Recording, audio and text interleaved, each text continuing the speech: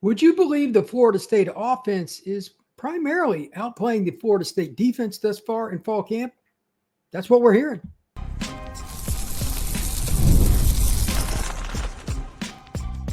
You are Locked On Seminoles, your daily podcast on the Florida State Seminoles. Part of the Locked On Podcast Network, your team every day. Welcome back into Locked On Seminoles. I am your host, Brian Smith, longtime college football writer and recruiting analyst. Thank you for making Locked On Seminoles your first listen each and every day here on the Locked On Podcast Network. We are brought to you by Gametime. Download the Gametime app, create an account, and use code LOCKEDONCollege for $20 off your first purchase. Florida State football is closing in on the second half of the fall camp being over with, and we're almost to that point where Florida State's actually in game week. Got another week or so of fall camp, but this is the point now that they've had 2 fall camp sessions, and we'll go through offense and defense throughout this podcast, where you've kind of narrowed down who's going to play, barring something unforeseen in the final scrimmage. It's possible, but they pretty much know. They're not going to let the media know. They're not going to give specific names, anything on the depth chart, because they don't want Alabama. And I'm cool with that. But what I am very surprised by, and it seems like every day I'm surprised, the offense has outplayed the defense based on the intel directly from the Florida State coaching staff, Norvell, Malzahn, White, etc. It may not be a domination, but if you'd have told me that prior to fall camp beginning, I'd have laughed at you. Florida State's offense last year was an abomination. You're bringing in all these new players. Why would I believe that? New coaches. Why would I believe that? They got really good coaches coming in on defense too, and it's easier in fall camp for defense as a general rule. Why would I believe it? But that's the intel that we're getting, and I think it's a good thing. We're going to break down why it will benefit Florida State not only now, but long-term, that the offense has taken a major step forward.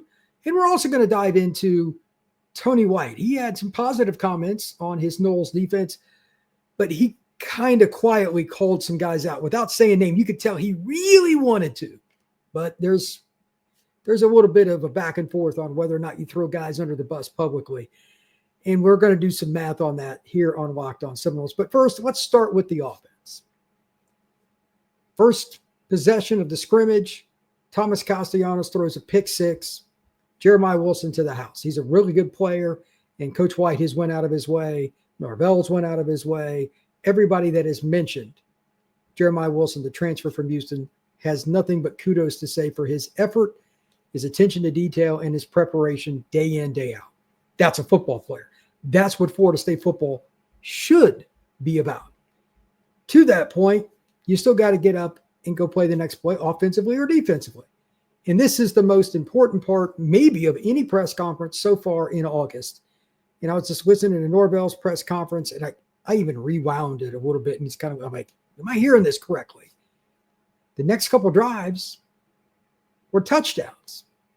Thomas Castellanos goes out there and gets it done. 2 points on this. Number one, obviously the defense is pretty good if they're able to get a pick six right off the bat. We know they have talent. We've went over that a bazillion times here on Locked On Seminoles. And if you're following this podcast, you're probably an ardent Florida State fan. The defense has plenty of athletic and capable bodies. That is not in question. If you think it is, that means you're probably a Miami or Florida fan trolling on this channel, and you're living in some kind of alternate universe. Whether or not it's going to be congruent, take all the shots you want. Florida State has a roster primarily right now at the top made up of transfers. We don't know how it's going to work long-term, but physically, the skill, it is there. But they still, after getting a pick six and scoring, gave up 2 touchdowns, which means the offense is resilient and they have talent too. And I was really trying to see if Norvell would give away specifics on how those drives went. And of course, he avoided that like the plague. He is trying to give a whole bunch of nothing information to make media have something to write about, but he's not giving names too much beyond like this quarterback or a key player here or there, chroma, etc. Like it's very generic. Again, I get it. Bama game. He doesn't want to give away anything, but his body language was more important to me. Yeah, Florida State's offense had to be resilient to go score those 2 touchdowns. But let's remember, Mike Norvell is an offensive guy. He played wide receiver at a small school, went into coaching. He's been on the offensive side of the ball as a play caller. That is his bread and butter. The press conference after the second scrimmage is as comfortable and laid back as I've seen Norvell in a year. Literally. I was shocked at how much he was just chill. Maybe he's tired. I'm sure it's hot and all that. That could play a factor. But his body language was really positive. Mike is a jittery, fidgety guy by nature. That will never change. The guy's in his 40s. Like, he is who he is. But at the same time, seeing him act that way, just so comfortable, talking about Tommy making good decisions, getting the ball where it needed to go. Again, he used a lot of pronouns and basic stuff. He avoided names like the plague. So my apologies for not giving a whole lot of details, but consecutive touchdown drives against the defense is a great sign. Here's a couple other points that I want to make. The body language was important, but the specific players that he did mention, like he's mentioning freshmen, like Chroma getting mentioned. Head coaches don't do that very often unless they really earn it. And he went through a list of running backs in general. Cam Davis was mentioned, Sam Singleton, especially for his special teams efforts. Don't forget about him. He could be a big factor this season.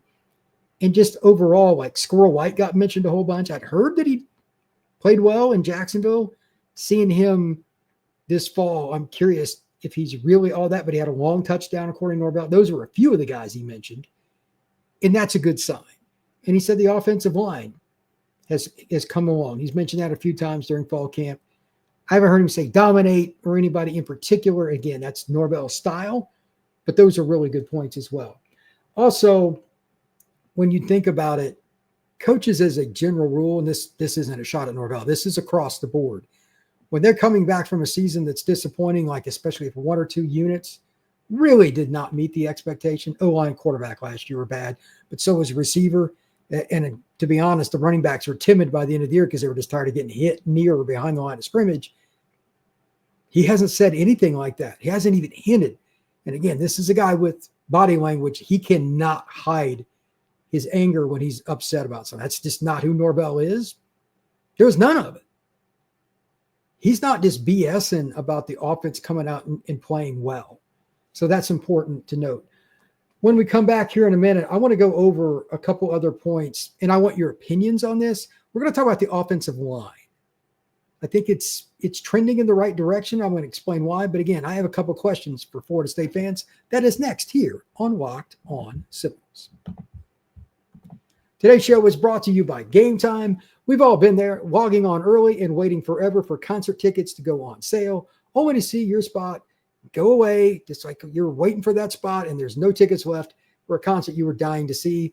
Live music is intended to be seen and had fun with all your friends so you can create memories, but it's not always that easy. So take the stress out of ticket shopping, and that's where Gametime comes into play for you. Gametime makes buying concert tickets easier, makes it faster than ever. Prices actually drop as it gets closer to showtime, and you can save up to 60% off with killer last-minute deals. You can also have a good time just checking out all the different zone deals they have on Gametime. You may find something on the app without even knowing exactly what they have to offer. Just check out the zone deals over at Gametime. Take the guesswork out of buying tickets, concerts, show tickets, or anything else with Gametime. Download the Gametime app, create an account, and use code LOCKEDONCollege for $20 off your first purchase. Terms apply. Again, create an account and redeem code LOCKEDONCollege for $20 off. Download the Gametime app today. Last minute tickets, lowest price, guaranteed. Thank you once again for making Locked On Seminoles your first listen each and every day. Please subscribe. Please hit that notification bell. Share this pod. Comment on it. And if you're on Apple, hit automatic downloads.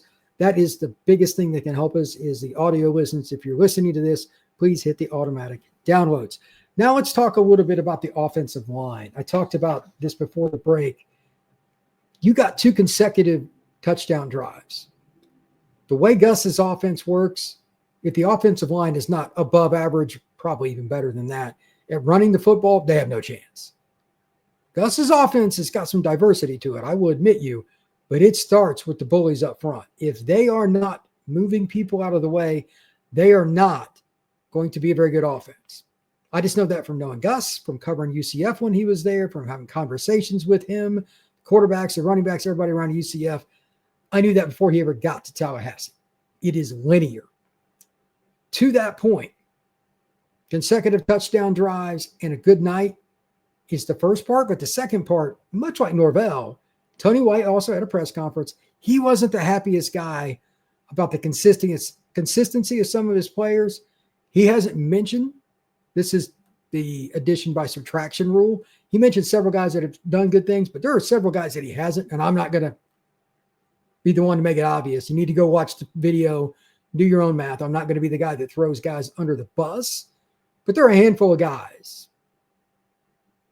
that he's kind of taking shots at. But part of it is both sides of the ball have scholarships. I mean, somebody has to lose on each rep. Right now, the offense is outdoing the defense.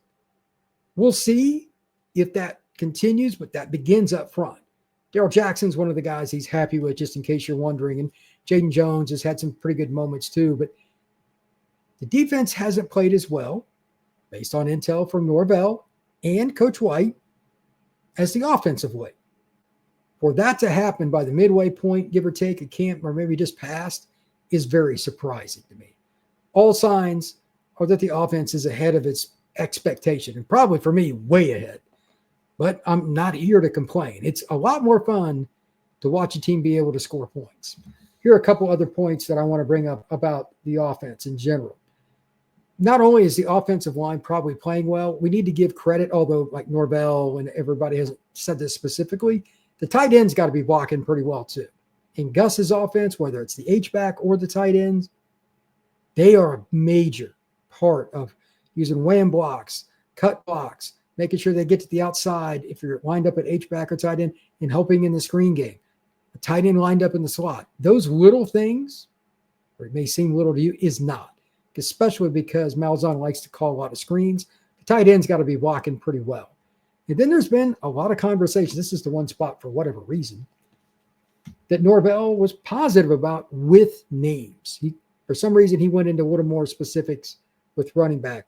He named just about everybody. This is a good sign.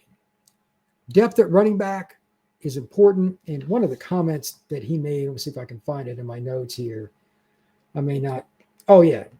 He made it clear this was his own admission. He said it's going to take more than one running back to get it done. Like making it clear, hey, this isn't going to be just like one guy's job. Last year at UCF, they had a guy, Harvey, had 22 touchdowns on the ground and like 1,600 yards. That's not going to happen this year at Florida State. And that's fine. Florida State needs a running back by committee. And Norvell brought up the point that there are several different guys with different skill sets. They've got to find a way to utilize them. I love it when coaches admit this, there's going to take some nuance here. This player does this player does that. The running back room, I think he's very happy with. Norvell's not against giving praise by any stretch. I'm not saying that. He's a pretty nice guy. But he went out of his way to mention the vast majority of the running backs and talked about skill sets. Chroma, I just know from seeing him play and being around him before, he just breaks tackles. He has a nuance to that I cannot define for you, but especially his lower leg balance after being hit, it is as elite as it gets. He slithers through tackles like hardly anybody you will see. Yeah, Rodell is the all-around back. That's somebody that Norvell has talked about quite a bit and did again in the press conference. And you guys, Cam Davis has shown improvement. He talked about Singleton. This is a good sign. They're going to need all those guys in some capacity, and maybe Keziah, Jalen, etc., running the ball. They have plenty of backs. Now it's a matter of getting it done. The other interesting thing, this is a note that I even had somebody in the chat on Sunday when we were doing the live show bring up. What about Danzy, the speedster? And for those of you who don't know just how fast he is, he's run a sub 45 in the 400 meters. That is floating. He is, somebody said on somewhere that he's top 10 in the world in the 400 meters. I don't know if that's how accurate that is. I don't follow track on that level. But if you're even in that stratosphere, you are super fast. And he's a freshman at Florida State going into his second year. I don't know what to expect in terms of getting the ball to him, but he was mentioned multiple times by Norvell. And to that point, he brought up the young receivers all vying for playing time. Elijah Moore, Wayne McCoy, Fryer, and all those guys. I don't know which one's going to make The biggest impact, if I guessed, it'd be Jabin Boggs because he's a natural pass receiver and a natural route runner. But I don't know if he's that dude that's going to come in and just take the bull by the horns and lead the team in receptions or anything. Wouldn't shock me, but they have a lot of guys pushing. He enjoyed the competition that he's seeing, and that's a very important part of this offense. So overall, to summarize, I love the positivity about the offense. I love the resiliency, the scoring multiple touchdowns after a pick six. A lot of teams, even last year's team for Florida State, would have went in the dumpster fire after a poor start. But then they did really well. And again, as I'll denote here in a second, talking about Coach White for the defense, the offense did pretty darn well based on his demeanor too. And let's transition to that right now and talk some Florida State defense. Darrell Jackson, good to go. Jaden Jones had a good week last week, still pretty good this week. But as Coach White mentioned, as a defensive end who was hurt last year, he hasn't played a ton of football. He's getting his sea legs under him. He's going to be fine, and he's good. Jeremiah Wilson, he's happy with. Ashland Barker. There are a lot of guys. Earl Little. The secondary has competition. They're in pretty good space. And he went through about the entirety of the linebacker room.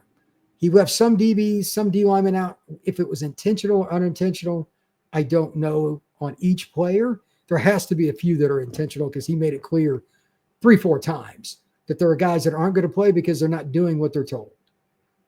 This is part of the new, how do I put this? The new staff coming on board and just society in general colliding.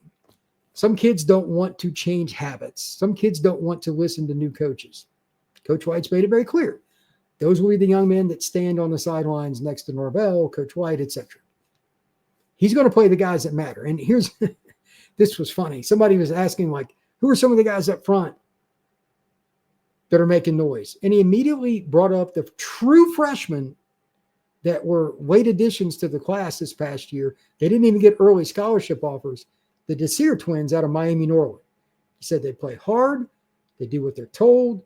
They play fast. They play physical. He goes, they make errors, but I'll live with that because of the effort they give and they're doing what they're told. Pretty straightforward. If you look at it, I know White's defense has got some complexity to it. Absolutely. But he is very old school in one simple area that I love. We're going to play who goes out and performs hard in practice based on their preparation, as much as how they do it in practice, doing the things we teach. Part of what you're taught is you just got to go watch film over and over and over again. Some of these guys aren't doing what they need to away from the field. That's pretty clear to me. And then it translates in practice because they're not living up to expectation. And I don't know for sure. Again, I can only speculate so much, although I'm pretty sure on a handful, there are some guys that aren't going to be in the starting lineup that myself and many of you out there probably thought would, or at least get more run because of their attitude. If you don't have the right attitude, it's not going to work out well for you. Tony White suffers no fools, and I love it. I love the attitude. If you're not going to come out and represent yourself, first off, Coach White and the defense, and then Florida State football and the university as a whole, with complete effort, you're going to fall back on the depth chart. You may not play at all. Again, I'm here for it. Florida State football should be about being dominant, and you have a right to be there based on earning that right. It's not just given. I think that's going to benefit them. When we come back, I'm going to talk about some of the other guys that he mentioned and what the expectation is for the next week or so, and if we should be concerned if this continues. I've got some strong feelings on that. That is next here on Locked On Seminoles.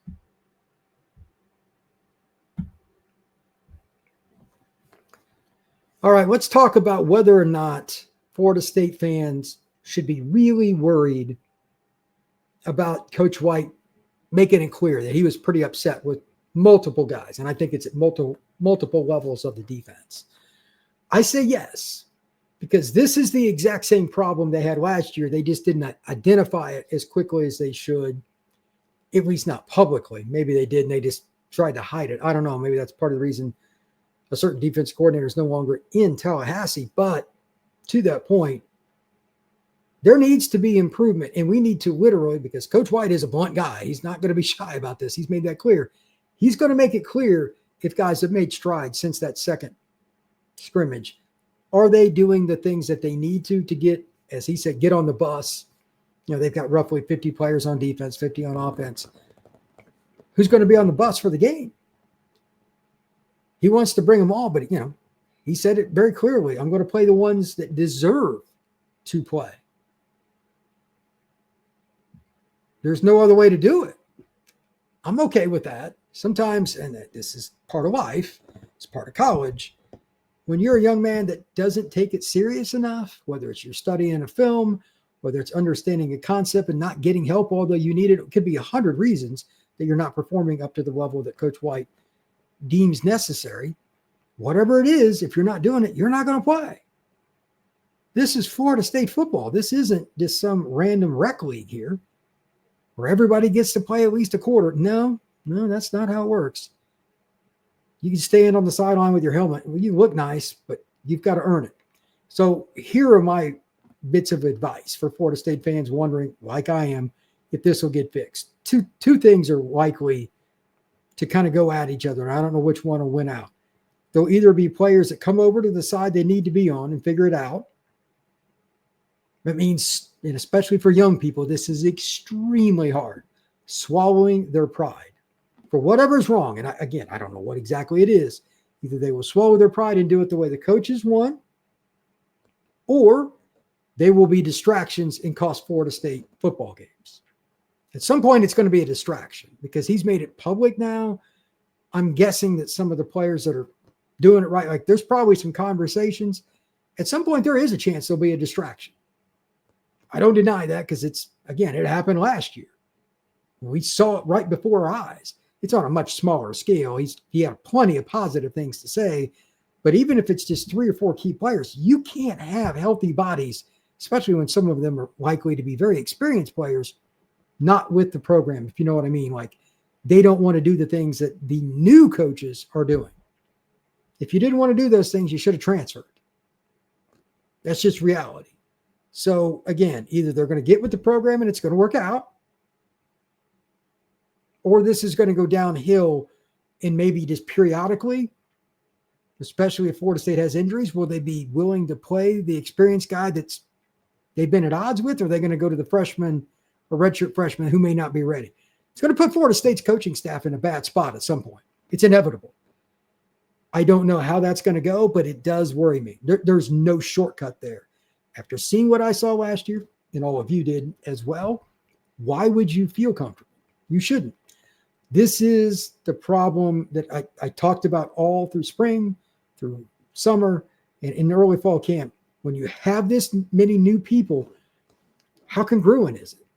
You just don't know. Sometimes people just don't get along. It's part of the process. Sometimes it's also addition by subtraction if those players go away. And part of that, now I know nobody wants to hear this.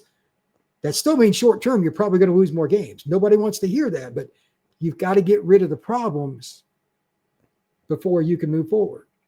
So is this a major problem or is this a blip in the road? That part I don't know. But again, it's either they're going to get with the program or they're going to hold it back. We need to see that. A few players that I do want to talk about, and I'm happy to discuss. If we look at the depth chart, or if you look at just the comments that were made by Mike, by Tony, by Gus, anybody else, they come up with names quite often, but they're doing it off the top of their head. So first off, if I don't mention somebody, that does not mean, hey, this guy, he's not getting it done, blah, blah, blah. It's not like that. James Williams has been mentioned quite a bit. The Desir twins. He really likes Jason Jenkins. Daryl Jackson's a guy that he's very high on, thankfully, because that's probably the most important player on the team other than Castellanos. You got to have somebody up front that's a dude. And Florida State football, like any other, it's important that your quarterback does well, but the leader of the defense, man, it's Big Daryl. So I hope that he's ready.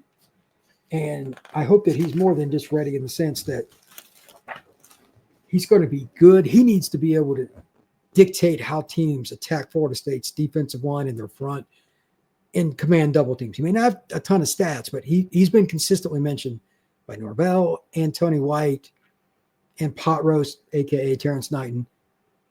That's a really good sign. The other part, and I'm not sure how to read this. If somebody wants to comment on it, fire away. What about the linebackers? He hasn't denoted any starters, talking about Coach White. Just said that he likes how all of them are playing. And he mentioned a whole bunch of guys, kind of like Norvell did with the running back room. Okay. But against Bama, you need clear-cut leaders and starters because they're going to, they got a massive offensive line. They've got a potential NFL center and a potential top 5 pick at left tackle. I'm a little concerned, like everybody's playing good, but I need to hear dominant, where this guy's definitely a starter. I haven't heard that yet. That's my one concern. At linebacker, we'll see, but that position you could read a couple of different ways. As for whether or not Florida State's secondary is going to meet expectations, that one is also a little bit up in the air, kind of like D-line. Jeremiah Wilson, Ashland Barker, they're mentioned quite a bit. KJ Kirkland's been mentioned quite a bit here lately too. That's great. I think that gets your juices flowing. Like, hey, some of these guys are coming along. We're hearing about it. Jabril Rawls has been mentioned quite a bit over the last 2-3 weeks, whether it was reports here in the last 24, 48 hours or not.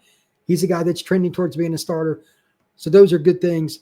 But now we need to hear about the consistency out of the back end and the D-line across the board without concern with Coach White. We'll see if that ends up being the case. As for my next player on the list for the countdown, I've got Elijah Moore. This is a wide receiver I've been talking about since last year, over a year now. Redshirt freshman out of DC, big body guy that could be the boundary after Deuce leaves. Perfect transition. Very similar body types. He's a little less in terms of weight of Deuce, but 6'4", 210 pounds, something like that. I'm curious to see if Elijah ends up getting a lot of reps or if he's just stuck behind Deuce this year. I don't know how they're going to do that or how much they're going to move him around and or Deuce, but he's been mentioned consistently. Florida State football should never, ever, ever be short on talent at wide receiver. And I just want to get to the point where I'm just every year in fall camp, I'm talking about, well, Florida State's offense is doing this. Florida State's defense is doing this, blah, blah, blah. And like wide receivers, just a foregone conclusion. They got 4 or 5 guys you can count on. They're not there yet. They've got 2 for sure in Deuce and Squirrel. Boggs is coming on. Elijah Moore, we just talked about. Wayne McCoy, Kevin Fryer, all these guys coming along. I don't know who's even number 3. Gavin Blackwell hasn't been mentioned as much lately. That concerns me. I'm hoping that by the end of the Alabama game, there's at least one more receiver besides Deuce and Squirrel. Maybe it's Elijah Moore, and maybe they move some guys around to help. We'll find out.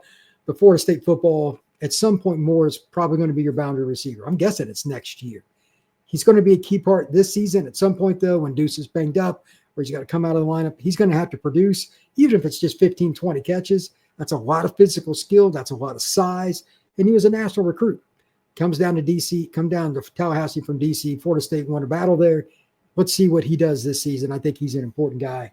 And I've got Elijah Moore, number 17, on my most important players to step up for Florida State this season overall. Thank you once again for making Locked On Seminoles your first listen each and every day here on the Locked On Podcast Network.